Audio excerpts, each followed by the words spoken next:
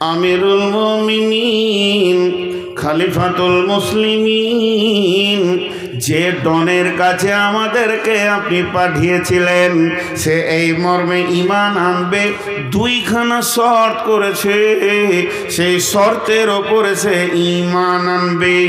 এক নম্বরে বলেছে অর্ধেক রাজত্ব তাকে ছেড়ে দিতে হবে, সে শাসন করবে। আর 2 নম্বর শর্ত হলো আমিরুল মুমিনিন আপনার মেয়েকে সে বিয়ে করবে।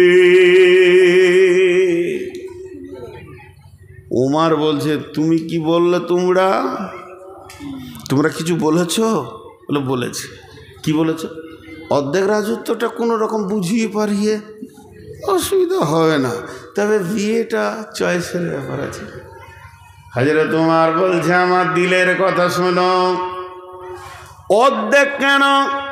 যখনই কোনো মানুষ পাক্কা ইমানদারি প্ল্যাটফর্মে এসে যাবে, তাকে সমস্ত রাজত্বটা আমি উমার ছেড়ে দেবো, কোনো ডিস্টার্ব নাই। সে তো চালাবে আল্লাহ এবং রসুলের তরিকায়। 1 নম্বর গেল। বিয়ে শাদীর ব্যাপারে কেন শুনলাম? মেয়ে তো আমার, তবে আমি বলছি একটা কালেমা পড়া ইমানদারকে মেয়ে দিতে উমারের 1 সেকেন্ড আটকাবে না, সঙ্গে সঙ্গে বিয়ে পড়িয়ে দেব। যাও তোমরা তাকে কালেমা পড়তে বলো। তাহলে ইমানদারের প্রতি ভরসা কত? তাহলে বলেন একটা ইমানদারের প্রতি ভরসা কত? আর যে রায় ইমামের শুধু একটুকু লিডারই পেয়েছে, এতেই যদি ঘোষ খায়, ওই ইমামগুলোকে যদি একবার মোটামুটি মুখ্যমন্ত্রী বা এমএলএ এমপি করে দেওয়া হয়, কি করবে বলেন তো? কি করবে বলেন? চরিত্র কোথা চলে গেছে সহিহ হাদিস এবং কোরআনের তার পেটে থাকার পরও। এবার এরা দুজন আবার হাঁটতে লাগলো। যে গ্রামে ডনের বাড়ি, ওরা সেই পর্যন্ত পৌঁছে গেল। এবার গ্রাম ঢুকবে। গ্রামের কাছাকাছি হয়তো বা 100-200 গজ রাস্তা বাকি আছে। তখন দেখছে গ্রাম থেকে একটা জানাজা আসছে, খাটে লাশ আছে, দল বেঁধে লোক দাফন করার জন্য বেরিয়ে আসছে। এরা দুজন জিজ্ঞেস করছে কে মরেছে, কার জানাজা হবে, ইহুদি না নাসারা না মুসলমান, কাকে দাফন করা হবে? এদেরকে বলা হচ্ছে তোমরা যে ডনের কাছে এসেছিলে ওই হতভাগাই মরে গেছে। তখন এরা বলল হতভাগা রে, তোর কপালে আর মানে ঈমান আল্লাহ লেখেনি, বেঈমান হালাতি পৃথিবী থেকে চলে গেল। তার মানে একটা ঈমানদারের ওপর কত ভরসা থাকা দরকার। মুসলমান জুয়োতে পাবে এদেরকে বেশি, মুসলমান সুদের ময়দানে এদেরকে বেশি, মুসলমান জেনার ময়দানে রান্ডিখানায় এদেরকে বেশি, যেখানেই বেশ্যাখানা মুসলমানের ছেলে বেশি, অন্য মানে আদার ছেলে পাওয়া যায় না। শুধু তাই নয়, তাসে লুডোতে দাবাতে মদেতে মুসলমান তুমি বেশি। এখন এত বেশি শয়তান গ্রাস করে নিয়েছে, মুসলমানের আসল শক্তিটাই শেষ হয়ে গেছে। আল্লাহর নবী বলছেন আমার উম্মত অহান রোগে ভুগবে। সাহাবীরা প্রশ্ন করলেন মা অহান, ইয়া রাসূলুল্লাহ অহান জিনিসটা কি? নবীজি বললেন হুব্বুদ দুনিয়া কারাহাতিল মত। আমার উম্মতের ভিতরে পৃথিবীর মহব্বত বেড়ে যাবে এবং মত বা আখিরাতকে সে ঘৃণা করবে। তখনই আমার উম্মত দুর্বল হয়ে যাবে, অন্য জাতি এসে লাত মরবে। দলদলেতে পড়েছে হাতি, ব্যাঙে মারছে লাথি। হাতি দলদলেতে পড়ে গেছে আর ব্যাঙ হাতির মাথায় লাত মেরে চলে গেছে।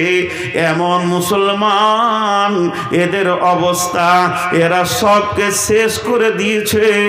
একবার নিজের নাফসের দিকে তাকিয়ে দেখি।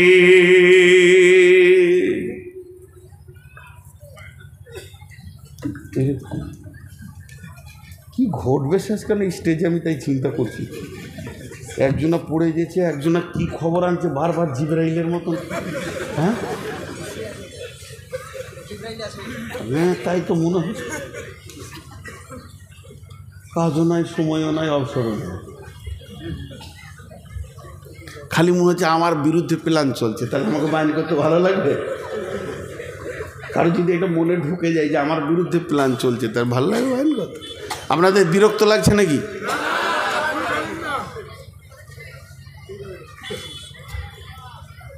ওই লোকগুলো দাঁড়িয়ে দাঁড়িয়ে শুনছে, আমাকে কষ্ট লাগছে।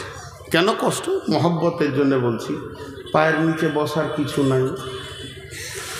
তো এ হয়ে গেছে আমাদের আজকের সব থেকে বড় ক্ষতি। ইসলামকে কি বলেছেন রাসূলুল্লাহ সাল্লাম? প্রাসাদ। সহি বুখারীর হাদিস। ইসলাম হলো একটা প্রাসাদ। সেই প্রাসাদে যতগুলো ইট লেগেছে, প্রথম ইটটাকে হযরত আদম আলাইহিস সালাম, আর শেষ ইটকে নবী মুহাম্মদ রাসূলুল্লাহ সাল্লাম। তার মানে কম বেশি 1.5 লাখ ইট লেগেছে। ওই প্রাসাদটা তৈরি করতে কত ইট লেগেছে? কম বেশি, অ্যাকুরেটি বলছি না, কম বেশি 1.5 লক্ষ। প্রাসাদ মানে কি? প্রাসাদ মানে সুন্দর সাজানো ঘর। বুঝতে পেরেছেন? সুন্দর সাজানো ঘর।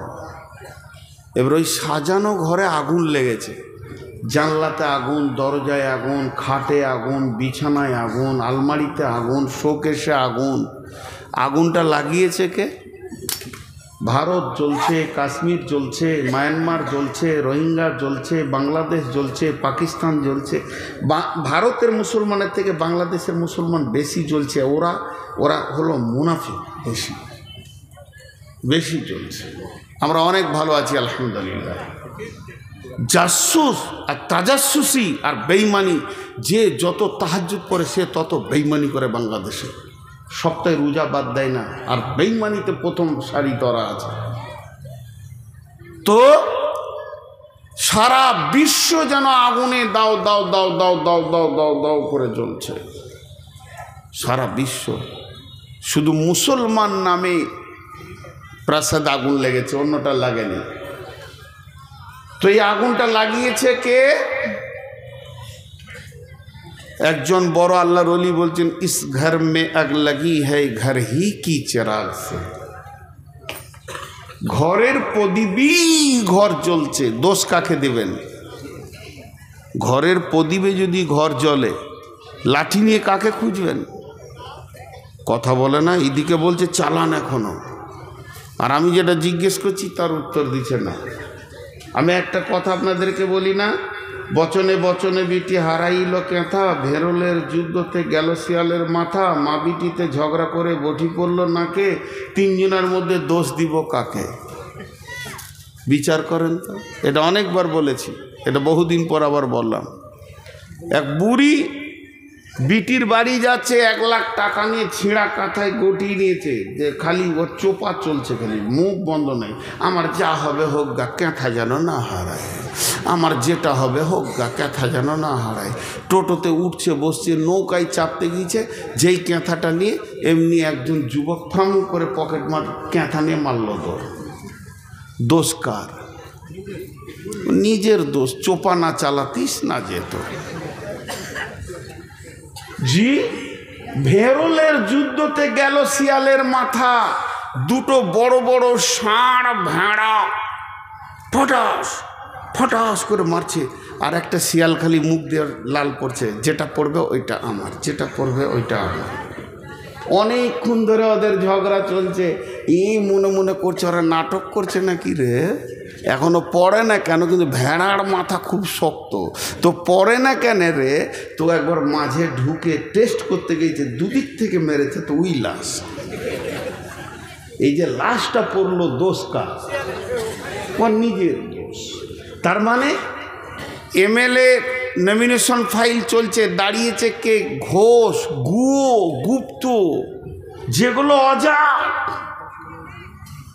শিডিউল ক্লাস, তারা দাঁড়িয়েছে। একদিকে দাঁড়িয়েছে ব্যানার্জি, একদিকে দাঁড়িয়েছে চ্যাটার্জি, একদিকে দাঁড়িয়েছে মমতা ব্যানার্জি, আর একদিকে দাঁড়িয়েছে কে, ওই বুদ্ধদেব ভট্টাচার্য। মধ্যখান থেকে মরছে এই ভেড়া কটা, এই চালাক মুসলমান কটা। ভেরোলের যুদ্ধ চলছে ভারতবর্ষে, লাশ হচ্ছে কারা? মুসলিমরা। ওকে খালি বলেছে 3 কেজি পঞ্চায়েতে গম দেবো তোকে, অতি রং মেখে তৃণমূল কংগ্রেস লড়াই লড়াই লড়াই চাই, লড়াই করে বাঁচতে চাই। তুই তো মরবি বে সকালে। ভোট পাবে ওরা, হয় জিতবে ব্যানার্জি, না হয় জিতবে চ্যাটার্জি, না হয় জিতবে দাস, না হয় জিতবে গুপ্ত, আর মরবি তুই সুপ্ত। কুকুরে টানাটানি করবে তোর লাশ নিয়ে। আর যখন ওই লাশটাকে নিয়ে কলকাতা নিয়ে যেছে, মর্গে নিয়ে যেছে, যে বড় বড় পার্টির নেতারা আসছে, তোর ফ্যামিলির লোক মনে করছে যেন জান্নাতুল ফেরদাউস গেল। এত বড় বড় নেতা যখন আমার ঘরে এসেছে, তা লাশটা মনে হয় জান্নাতুল ফেরদাউস গেল। ওদিকে জাহান্নামের ফেরেশতা খালি মোচ পাকাইছে, আয় শালা দেখছি তোকে কোন জায়গায় দিতে হয় সাইজ করে দেবো। ওখানে আর কেউ যাবে না, ব্যানার্জি চ্যাটার্জি যাবে, মরছে এরা। আর 3 নম্বর, মা বিটিতে ঝগড়া করে বটি পড়লো নাকে। একটা ঘরে মা বিটি ঝগড়া চলছে, আর পাশের বাড়ি বউ দেখতে এসছে, মা রাগ করে বটি ছুড়ি দিয়েছে বেটির দিকে, তো ওরই নাকটা কাটা গেছে। দোষ কার?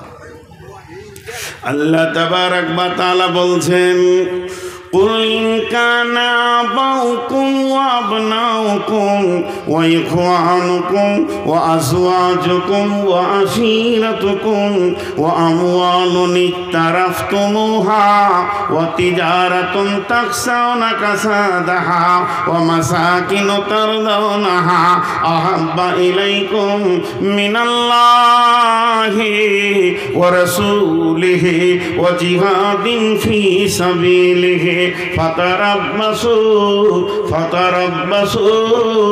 فتربصوا حتى يأتي الله بأمره। অপেক্ষা কর, আল্লাহ রেগে গেছেন। আল্লাহ যেদিন তোদেরকে কেড়ে নেবে, আপনি ইমামের চোখে মুসলমান, মুয়াজ্জিনের চোখে মুসলমান, হাজির চোখে মুসলমান, গাজীর চোখে মুসলমান, কিন্তু আমার রবের চোখে আপনি ফাসিক। আল্লাহ বলছেন, ওয়াল্লাহু লা ইয়াহদিল কওমাল ফাসিকিন। আল্লাহ ফাসিক বেঈমানদেরকে কোনোদিন হেদায়েতের পথ দেবেন না। একটা ছোট্ট সত্য কথা জিজ্ঞেস করব, যদি সত্য সত্য আপনি উত্তর দিতে পারেন তাহলে আলহামদুলিল্লাহ পড়ব। একটা হিন্দু ছেলে আপনার এলাকায় চলাফেরা মুসলমানদের মতো, গোসল করে, পেচ্ছাপ করে, পানি নেয়, ও মূর্তি ফুর্তি মানে না, ওগুলোর প্রতি ওর ধ্যান ধারণা নাই, ও পুজোকে গুরুত্ব দেয় না, ওইদিকে যায় না। মাঝে মাঝে আপনার সঙ্গে চা খায়, ফুটবল ময়দানে খেলতে যায়, আর মাঝে মাঝে বলে তো দিদি ওইটা ভালো রে, আজান হচ্ছে কত, একসঙ্গে নামাজ পড়ছিস। এখন ওকে আপনি মনে মনে পার্সেন্টেজ করছেন, উফ 80% চলে এসছে এইদিকে, আর একটু হলেই মুসলিম হয়ে যাবে। এই আকাঙ্ক্ষাটা আপনার হবে কি হবে না? 4 জন বলেছেন, সবারই কাছে একবার শুনতে চাইছি, যদি কোনো হিন্দু ছেলে আমাদের ধর্মকে ভালোবাসে, আমাদের চালচলনকে ভালোবাসে, তো আপনার দিল কৌতূহল হবে কি হবে না যে মুসলমান হয়ে যাক? হবে। সত্য কথা বলেছেন, আলহামদুলিল্লাহ। তাহলে একটা হিন্দুর চালচলন মুসলিম দেখলে যদি আপনার এটা মনে হয় আমাদের চালচলন তো হিন্দুদের 16 আনা হয়ে গিয়েছে, তাহলে ওদের মনটা বলবে না যে 2-4 চাবুক লাগাইলে এবার ঢুকে যাবে সব? ওদের বলাটা কি অন্যায় আছে বলেন? আমাদের বিয়ে শাদী হিন্দুর মতো, পোশাক হলো বেঈমানের মতো, চুলের কাটিংয়ে রসুল নাই, খাওয়াতে রসুল নাই, আর টাকনোর নিচে কাপড় শিখানেও রসুল নাই। কথাবার্তা লেনদেন দাদা বৌদি কাকি কাকিমা জেঠু ফুপা ফুপি বেরোচ্ছে না, এখন পিসি মাসি বলতে শুরু করে দিয়েছে। মুসলমান তুমি 95% চলে গেছো, মসজিদও ঢুকো না, অত গুরুত্ব দাও না। একটা ব্যানার্জি ছেলে জানে আমার বন্ধুর নাম কবিরুল ইসলাম, সেই ইসলামের বড় কবিরুল ইসলাম, বড় ইসলাম ওয়ালা তার নাম। তাকে জিজ্ঞেস করছে কবিরুল আজকে জুমার দিন তুই কি করবি? চল না রে ফারাক্কা থেকে ঘুরে আসি, জুমা পরে হবে, অন্যদিন পরে নিলেও হবে। তখন ওই গুপ্তের ছেলেটা আইডিয়া করছে এই জুমার মুখেও মুতে দেয়, পেশাব করে দেয়, এই পেচ্ছাপ করে আমিও পানি নিলাম না, উইও নিল না, এবং আমার টাকনুর নিচে কাপড় ওরও কাপড়। ও 80% আসলে আপনার আমার দিল যদি মনে করে ঢুকে যাক, আমরা 95 কেন 99% হিন্দুত্বকে গ্রহণ করে নিয়েছে, ইহুদি নাসারাকে গ্রহণ করে নিয়েছে। তবে কেন তারা মেহনত করবে না যে আর দু চাবুক লাগাইলেই ঢুকে যাবে? এই জন্যে তারাও উঠে পেরে লেগেছে। মুসলমান তুমি তোমার সত্তাকে হারিয়ে দিয়েছো, এর জন্যে তুমি কোন ক্লাসের বোঝা যাচ্ছে না। একটা ট্রেনের বগি এই রোডের ওপরে পড়ে আছে, ট্রেনের কামড়াটা বগিটা ট্রেনের, চাকাগুলো টায়ার ট্রাকের না ট্রাক্টরের, আবার হেলিকপ্টারের পাখা, প্লেনের ডানা। বলেন গাড়িটার নাম কি? এ গাড়িটার কোনো নাম কেউ খুঁজে পাবেন না। বগিটা ট্রেনের মতো, চাকাগুলো ট্রাক্টরের, হেলিকপ্টারের পাখা, প্লেনের ডানা লাগানো থাকলে ও গাড়িটার নামই খুঁজে পাওয়া যাবে না। তো মুসলমানের নামগুলি মুসলমান, চালচলন হিন্দুর মতো, কথাবার্তা বৌদ্ধর মতো, এবং এদের বিয়ে শাদী ইহুদির মতো, মাথার চুল ইহুদির মতো। এই জাতটার নাম কি কেউ খুঁজে পাবে না। সবাই চাইবে চাবুক লাগা আমাদের দিকে ঢুকিয়ে নি। এই সাহসটা বিশ্বনবীর সাহাবীর কাছে কেউ করতে পারেনি। অভাব, আব্দুর রহমান ইবনে আউফের অভাব, এ আউফ নয় আব্দুর রহমান সাহাবীটার নাম। অভাব, ঘরে দু একদিন খাবার নাই, অভাব চলছে, ধার করতে গেছে, ঋণ করতে গেছে উমাইয়ার কাছে।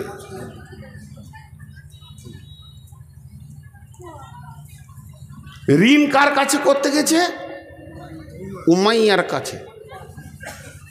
আর উমাইয়া পাকা বেঈমান সুদের ব্যবসায়ী, দেখেন, অথচ ওর আত্মীয়, ই কালেমা পড়েছে ও পড়েনি। উমাইয়াকে বলছে, উমাইয়া রে কিছু ঋণ টিন দিবি, কদিন কষ্টতে আছি রে। বলে তোকে কি করে ঋণ দেবো, তুই যে সুদ দিবি না রে। তো উত্তর দিচ্ছে, খেতে না পেলেও তোকে সুদ দেবো না, মরে যাব তাও ভালো, সুদ দেবো না, কালেমা পড়েছি। কি বলছিস তুই বল? এর নাম ইমান, এর নাম ইমান। আর কালকে যদি এজেন্ট ঢুকে যাই চিন্তামণি, ফতেপুরে, এইখানে ছাইতনিতে যত এলাকার লোককে চিনি, বা আমার গ্রামে, খালি ওকে ডেকে চায়ের দোকানে বলছে এত এত টাকা জমা করলে এই মাসে এত, এই মাসে এই হয়ে যাবে, এই 3 মাসের মধ্যে 4 কোটি টাকার মালিক বলেছে, ও কাউকে শুধবে না।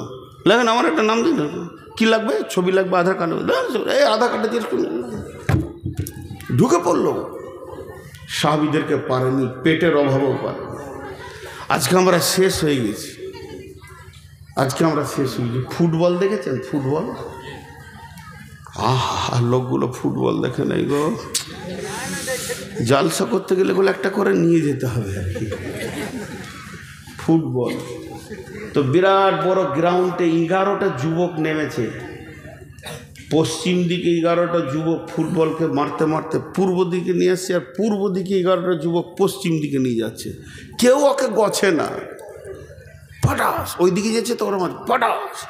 আমার মতো একটা মাথা মোটা হুঁশ বুদ্ধি কম দাঁড়িয়ে দাঁড়িয়ে দেখছে, কোন দলের রে? বলটা কোন দলের? ওদের গেঞ্জি হলো সাদা, এদের গেঞ্জি লাল। তো কোন দলের ও কেউ যে লেয় না রে। দুটো প্লেয়ারের পায়ে এরম করে লেগেছে, আর বলটা এসে আমার পায়ের কাছে পড়েছে। তো অনেকক্ষণ থেকে লাত খেয়েছে, তো আমার কোল যেতে লাগছে আর কি। তো উনি করে কুড়িলে বললাম, ভাই তুই এত লাত খেয়েছিস রে, তুই কোন দলের? আর তোকে লাত খাইছে কেন বলতো? দুটো প্রশ্ন করলাম, তুই কোন দলের, তোকে লাত খাইছে কেন?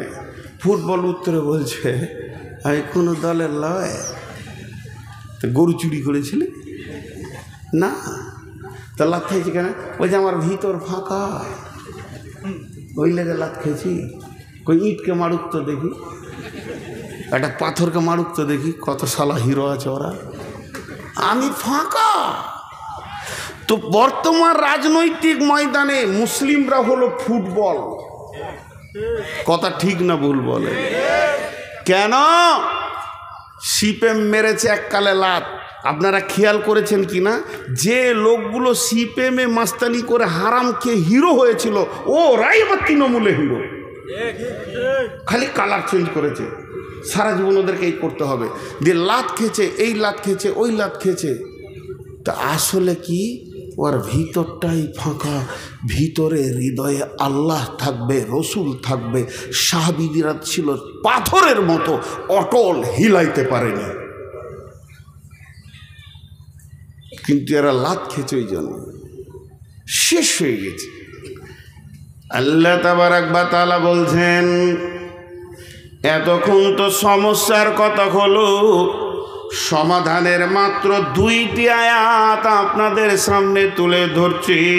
ফালিয়াবুদু রব্ব হাযাল বাইত আল্লাযী আত'আমাহুম মিন জু'ইন ওয়া আমানাহুম মিন খাউফ। এখন কি হলো? চালাবো তো, ওই যতই দৌড়বো ওইখানেই শেষ। কত কালেকশন দিয়েছি? কে কালেকশন করবে? মাথা খারাপ, আমি বকতে এসেছি। সবাই কালেকশন করলে হবে? লোকগুলো গরিব হয়ে যাবে না, পকেটে যে কটা আছে সব বেরিয়ে যাবে খামখায়। কেউ দিয়েন না টাকাছি খামখায়। ছোট 2টি সমাধানের আয়াত আপনাদের সামনে তুলে ধরেছি। এই আয়াত 2টি শুনে বাড়ি চলে যাবেন না। আমার পরে বক্তা আছে, যে না কে আছে আমার পরে? আব্দুল জব্বার সাহেব, মাশাআল্লাহ ভালো বক্তা। বিসমিল্লাহির রহমানির রহিম। ফালইয়াবুদু রব্ব হাযাল বাইত। আপনারা চালাক দেখেছেন? সবাই তাকান আমার দিকে। চালাক দেখেছেন? তাড়াতাড়ি বলেন। না দেখেন না, ওই যে উঠে পালাচ্ছে বলে চালাক। তাকান তাকান, তাড়াতাড়ি দেখবেন। তো দেখেন, রসুল বলেছিলেন জান্নাতি দেখেছো? তা আমি তো আর রসুল লই, ওটা বলতে পারবো না, কিন্তু চালাক বলবো। কিন্তু চালাক আসলে লই। চালাকের 3 জায়গায় পায়খানা, তো ওদের 3 জায়গায় পায়খানা লাগবে।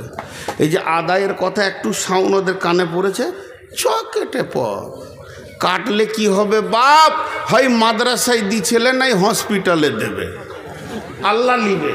ঘর যেতে যেতে এত জোরে কাশবে, আম গাছে মাথা ঠুকে যাবে, এখানটা 4টা সেলাই হবে, হসপিটালে 3 মাস পড়ে থাকবে, সব পিঁড়ে রস বের করে নিবে আল্লাহ। দেখেছেন? আর আমার সঙ্গে কথা বলে না। আখ পিড়া আখের রস বার করা মেশিন দেখেছেন? কটা চাকা থাকে? 3টে থাকে। 3টে থাকে। যেগুলো রাস্তাঘাটে বের করে বড়গুলো 3টে থাকে। কয়টা? 3টে এক মাপের, 3 মাপের। কেন বলেন দেখি? কুসরও ছোট বড় আছে। কুসর হচ্ছে কয় মাসের ফসল? 11 মাস। ধান 3 মাস, সব কিছু 1 মাস, 2 মাস, 3 মাস। তো কুসরকে 11 মাস চাষি ভালোবাসছে, ওকে বাঁধছে, যত্ন করছে। আর পাশে ধান কেটে নিলে, গম কেটে নিলে, আলু তুলে নিলে, পেঁয়াজ ওষুধ উঠে গেল। কুসর মনে মনে ভাবছে যে আমি চাষির বড় জামাই। ওকে পানি দিচ্ছে, খোল দিচ্ছে যে আরও মোটা হয়। যত মোটা হচ্ছে কুসর ভাবছে যে আমার শরীর স্বাস্থ্য ভালোই আছে, চাষি মনে হয় খুশি। কিন্তু চাষি খুশি অন্য কারণে, রস বার করবে। ও আর ও সারা বছরের জামাইগিরি বের করে দেবে, একবার মেশিনে ভরবে তো এক ফুটা ওই দিকে নিয়ে যেতে দিবে না। বার কর রস, তারপরে যা, জমিতে তুই ছিলি। তো আল্লাহর জমিনে কুসর পিরা মেশিন 3টে আছে, কোর্ট, হসপিটাল আর মাদ্রাসা। মাদ্রাসায় না, কোর্ট, হসপিটাল আর থানা। মাদ্রাসায় যদি দিবি ওটা জমা, আর না দিবি পিড়ে বের করে নিব। তুই এইখান থেকে উঠে পালাবি, ঢালাইয়ের রাস্তায় উবুর হয়ে পড়বি, নাকে 4খানা সেলাই করে হাসপাতালে বার করবো 22,000 টাকা। তো যান, উঠে যান, এবার যান। কে যাবেন? যান। ওই চালাক 3টে গেল, খবর নেবেন কালকে হাসপাতালে আছে ওরা। যান। হ্যাঁ, মুসাকে আল্লাহ কাবু করেছে, দিবি তা দে, আর না হয় মেশিনে বার কর। একজনা নিয়ে যেতে পারেনি টাকা, আর নিয়ে যেতে পারবে না। চ্যালেঞ্জ, আল্লাহ মেশিন 3টে রেখে দিয়েছে টাকা বের করার। তো আমি যে কথা আপনাদের সামনে বলছিলাম, আল্লাহ কি বলছেন, যে তোদেরকে বেশি দৌড়তে হবে না, তৃণমূল, কংগ্রেস আর সিপিএম ওগুলোর কাছে দৌড়িস না। এই কদিন আগে রাহুল এসছিল না, আর আমি সেদিনে এমন জামে পড়ে গেছি, আর আমাকে নিয়ে যাচ্ছে নুরুল হুদা। রাহুলকে দেখে এত খুশি কিছু যুবক, মনে হচ্ছে স্বয়ং জিবরাইলকে দেখছে। হ্যাঁ, আর ওর বাপ হয় ওইটা, লাফিয়ে কুদে শেষ হয়ে গেল। আরে হারামখোর, তুই অতটা খুশি আল্লাহ কিনে হস না। জি, একটা রাহুল এসছে, কত খুশি। এর থেকে বড় খুশি আমার রব কিয়ামতের মাঠে বলবে, এসেছি রে তোদেরকে দেখা করতে। সকলে রোজা রাখবো ইনশাআল্লাহ। জোরে বলেন রোজা রাখবো ইনশাআল্লাহ। সকলে জোরে বলেন রোজা রাখবো ইনশাআল্লাহ। আল্লাহ এসে দেখা করবে আপনাকে। জি, সুসংবাদ, ওদিকে আমি যাচ্ছি না। তো আল্লাহ 2টি কথা বললেন। 1 নম্বর বললে, তোরা এই যে মসজিদটা আছে, মসজিদের দিকে সবাই মনে মনে আঙুলটা তোলেন, নিজের নিজের গ্রামের মসজিদের দিকে নিজের নিজের আঙুলটা তুলেন। আমি আমার গ্রামের দিকে তুলছি, আমার বাড়ির পাশে আছে, বাড়ির বাম পাশেই আছে ঢুকতে।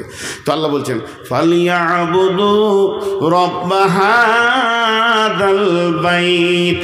এটা কাবাকে কেন্দ্র করে আয়াতটা নাজিল হয়েছে। তবে তাফসীর করতে গিয়ে বলা যাবে, এই মসজিদ ঘরটা, এই ঘরের যে মালিক, ওই মালিকের পায়ে তুই উবুর হয়ে পড়ে যা, মালিককে জড়িয়ে ধর, আর চোখের পানিতে মালিককে বল, মালিক রে,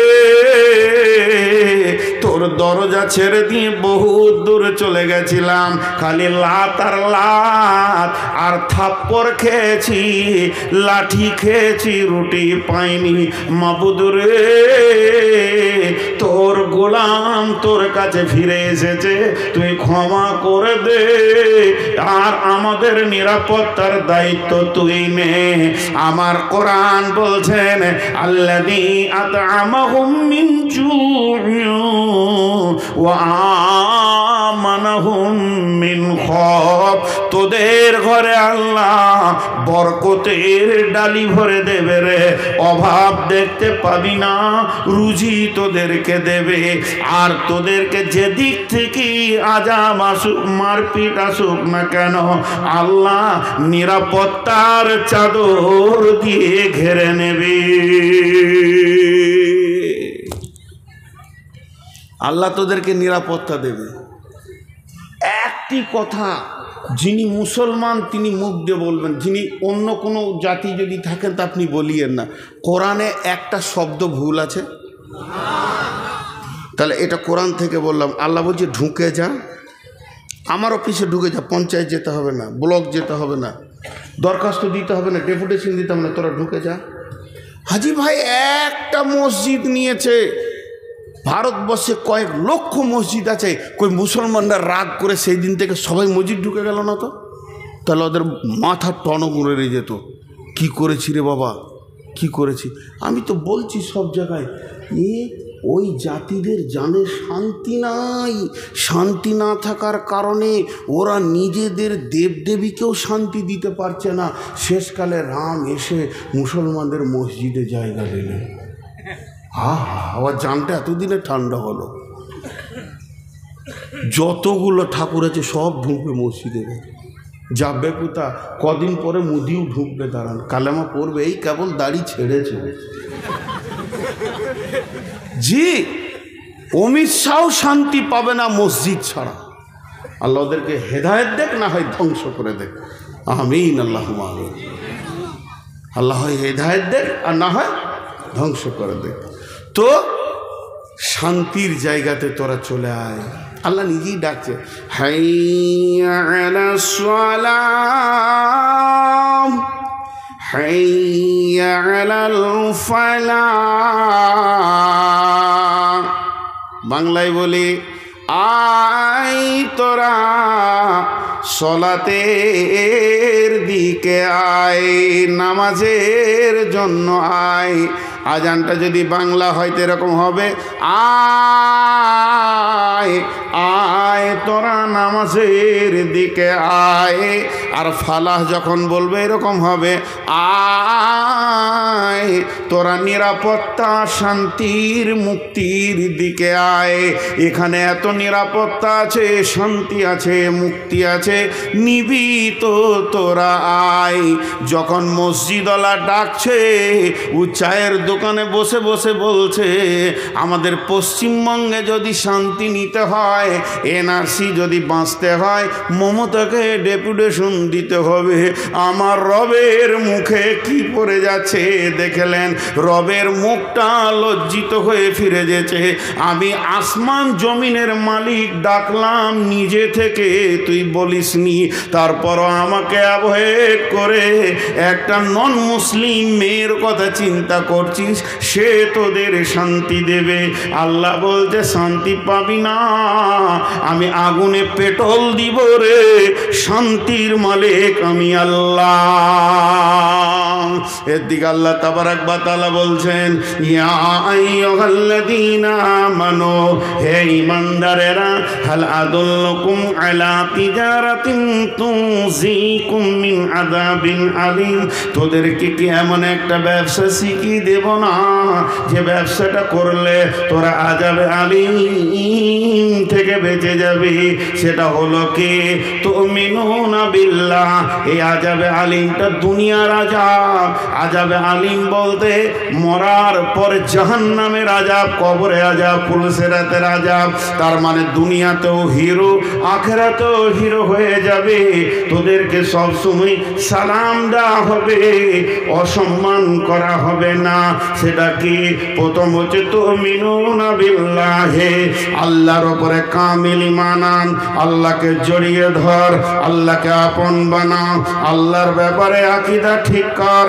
আল্লাহ যা যা বলেছে তা তা কর, আল্লাহ যা ছাড়তে বলেছে তা ছাড়, আল্লাহ যা ধরতে বলেছে তা ধর। ওয়া রাসূলিহি, এবং রসুলের চেহারাটা তুই নিয়ে আয়, রসুলের সুন্নত ছাড়িস না। স্বয়ং নবীজি বেঁচে আছেন, স্বয়ং নবীজি বেঁচে আছেন, স্বয়ং নবীজি বেঁচে আছেন। সাহাবীরা জিহাদের ময়দানে গিয়ে 3 দিন মহড়া চলছে, কিন্তু বিজয়ী আনতে পারছে না। তারা আপসে আলোচনা করলো যে আমাদের কি ত্রুটি রয়েছে, ইঞ্জিনের সবই রয়েছে কিন্তু চালু হচ্ছে না কেন? দেখা গেছে শুধুমাত্র নজলে হাওয়া ঢুকে গেছে। ক্ষুদ্রতম একটা ত্রুটির কারণে বিরাট বড় জিসিবি যে সমস্ত মাটিকে কেটে দেবে, সেই স্টার্ট হচ্ছে না। এক কিল মানে নজলে হাওয়া ঢুকে গেছে, সেই এত বড় কাজ করছে। সাহাবীরা আপসে মাসওয়ারায় বসে গেলেন যে আমাদের কি ত্রুটির কারণে আমাদের মতো জিসিবি আটকিয়ে দিয়েছে বেঈমানদের কাছে। তারা দেখলো 3 দিন আমাদের মেসওয়াক করা হয়নি, দাঁতন করা হয়নি। এটা ফরজ নয়, এটা ওয়াজিব নয়, এটা সুন্নতে রাসূল। একটা সুন্নত না থাকার কারণে আমরা এত দুর্বল হয়ে গেছি, বেঈমান মূর্তি পূজকের কাছে আমরা আগাতে পারছি না। অতএব তারা বলল, আগামী সকালেই উঠে প্রথমে ডাল ভেঙে দাঁতন করো। সমস্ত সাহাবীরা একসঙ্গে রসুলের সুন্নতকে জীবিত করার জন্যে যে গাছের ডাল ভেঙে দাঁতন করতে শুরু করেছে, এদের দাঁতন করা দেখে বেঈমানেরা ময়দান ছেড়ে পালিয়ে গেছে। আজকে এত রেগে গেছে রে, কাউকে বাঁচিয়ে রাখবে না। তাহলে একটা সুন্নতির যদি এত মজবুত ক্ষমতা হয়, বুলেটের মতো ক্ষমতা হয়, ও নবী মুহাম্মদের উম্মত তুমি দাড়িকে চেঁচে ফেলে দিয়েছো, জিহাদের ময়দানে নেমে তোমার কোনো লাভ হবে না। প্রিপারেশন নিতে গেলে যেমন যেমন কাজ তেমনি তেমনি কাজ সাথে নিতে হয়। জিহাদের প্রথম শব্দ হচ্ছে তুমিনুনা বিল্লাহ, আল্লাহকে সঙ্গে লাগবে, ওয়া রাসূলিহি, পূর্ণাঙ্গ রসুলের সুন্নতকে জড়িয়ে ধরতে হবে, ওয়া জিহাদিন ফি সাবিলিহি, এরপরে তুমি জিহাদের দিকে পা বাড়াবে। তুমি যদি একা হও রোম সম্রাটকে গ্রহণ করবে, তুমি যদি দুজন হও ভারতবর্ষ তুমি দখল করবে, পাশে মায়ানমার, বাংলাদেশ, চীন, জাপান, আপনার কিনা ভুটান, নেপাল কেউ বাদ যাবে না, সব তোমার মুষ্টির ভিতরে চলে আসবে। এত পাওয়ার বাড়বে যদি সুন্নতকে আল্লাহকে সাথে রাখতে পারো। এরপরে তুমি যেদিকে পা বাড়াবে ওই দিক মহাসমুদ্র তোলপাড় করছিল, সেও পর্যন্ত হাই রোডে পরিণত হয়ে যাবে।